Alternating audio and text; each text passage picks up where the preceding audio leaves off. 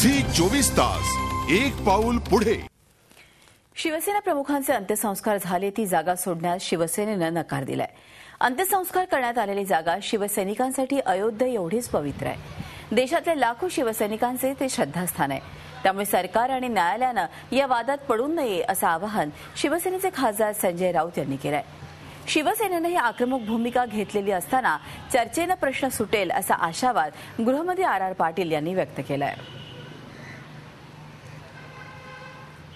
ज्याप्रमाणे अयोध्येत राम मंदिर उभं राहिलं, मोठा संघर्ष झाला, त्या राम मंदिराला जेवढं महत्त्व आहे तेवढंच पवित्र महत्त्व आज शिवतीर्थावरील बाळासाहेबांच्या अंत्यसंस्कारानंतर जी जागा तिथे आहे त्या जागेला लोक देशभरात येत आहेत, दर्शन घेत आहेत।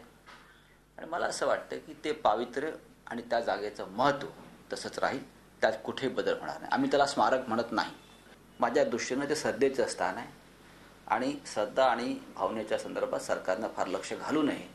जसं माननीय उद्धव ठाकरे यांनी सांगितलेलं आहे की शिवाजी पार्कच्या त्या जागेचं काय करायचं हे लाखो शिवसैनिक ठरवतील, स्मारकाचा निर्णय लाखो शिवसैनिक ठरवतील। त्याच्यामुळे श्रद्धेच्या विषयामध्ये सरकार आणि न्यायालय कायदा त्यांनी फार हस्तक्षेप करू नये असं आमचं कळकळीचं आव्हान आहे। आज कुठलीच परिस्थिती निर्माण झालेली नसेल तर जर त्याच्या प्रश्नाला उत्तर देण्याची आवश्यकता नाही, पण कुणीच कायदा हातात घेण्याचा प्रयत्न करू नये।